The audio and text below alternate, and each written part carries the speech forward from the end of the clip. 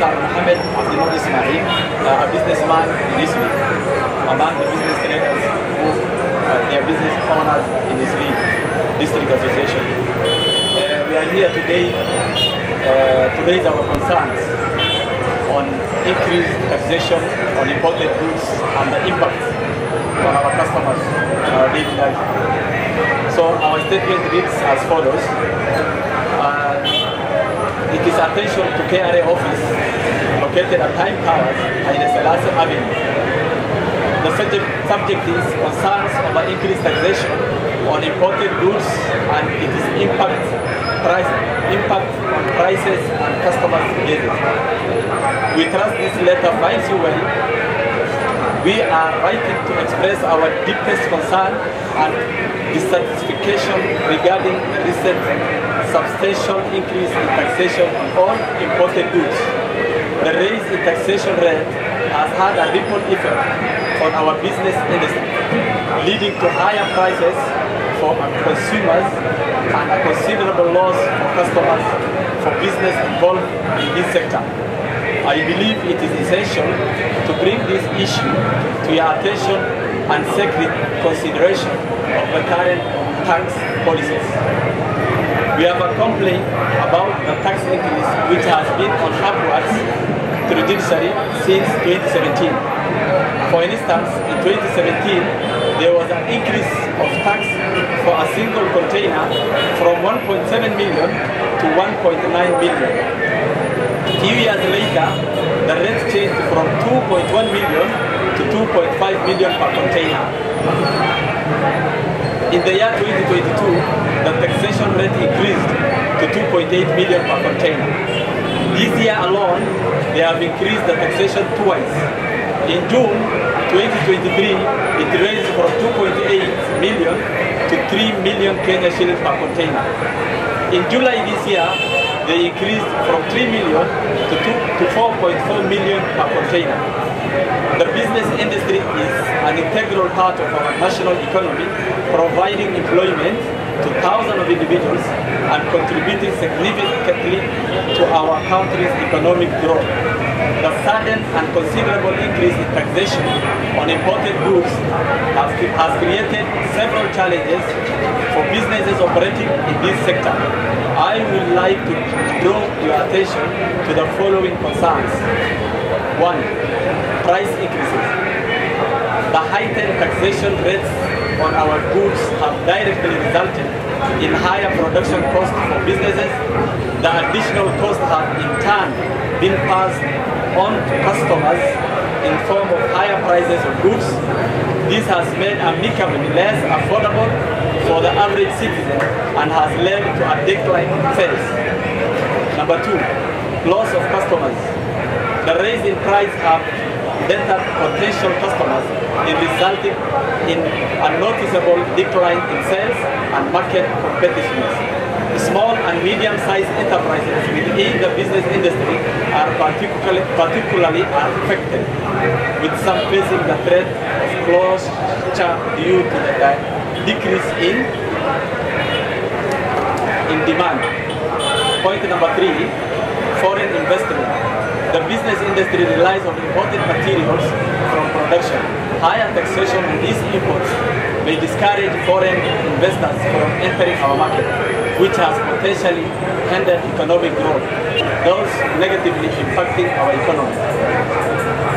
We are kindly requesting that the Taxation Office to review and reconsider the current taxation rates on all imported goods.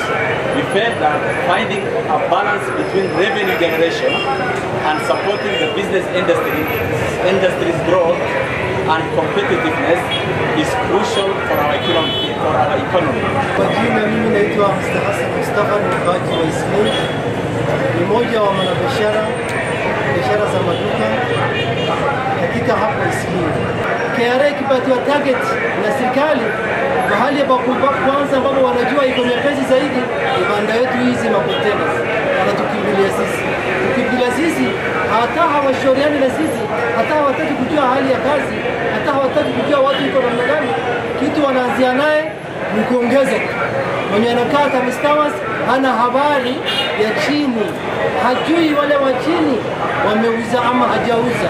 Women, we are requesting the KRA team and also our head of state. Yesterday's national speech, we were expecting him to address these issues that are affecting us, but we didn't hear about him. So that is why we are here today, to remind him that as a Kenyans, we are here and we are good citizens and we are willing and ready to pay the tax. We will comply with the tax. But as long as they are pushing us in the wall, things will be difficult and businesses will collapse. And that will result damage the business entity in our nation. Secondly, we have an entity called the Business Community. For the last 3 months, they were working with KRA team to register more businesses in order to pay the tax. And it is going very smoothly. But on the other hand, there in the ports, the same KRA team and the customs, they are increasing the duties. And that is why we are here today and complaining about it. That it's affecting our businesses and making our men and women who do businesses to relocate their businesses to Tanzania and Uganda and other neighboring countries. So our plea to the government is that let them reconsider and come with a good policy and reasonable rents that they can tax us, and we are willing and ready to work with them. Thank you. On top of that, currently, for instance, our neighboring country in Uganda, they have decided when it comes to fuel and petroleum industry, they have already decided and relocated their businesses in Tanzania because of the high cost and the high rates that we are experiencing here in Kenya. Secondly, in Tanzania, the fuel subsidy and all fuel prices decreasing, while here in Kenya, the fuel price is going up daily.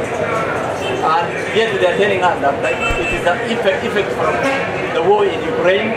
Secondly, the war between the Palestine and Israel, that is what is causing the Kenyan government to increase the fuel price. But when you see the fuel price in today's world, it has decreased 5%.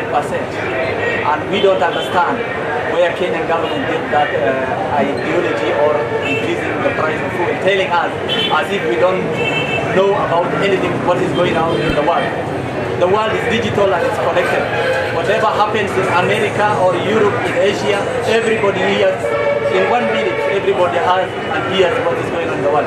The fuel price has decreased in the whole world 5%. Yet they are telling us for next week they will going to increase the fuel. And that is not possible.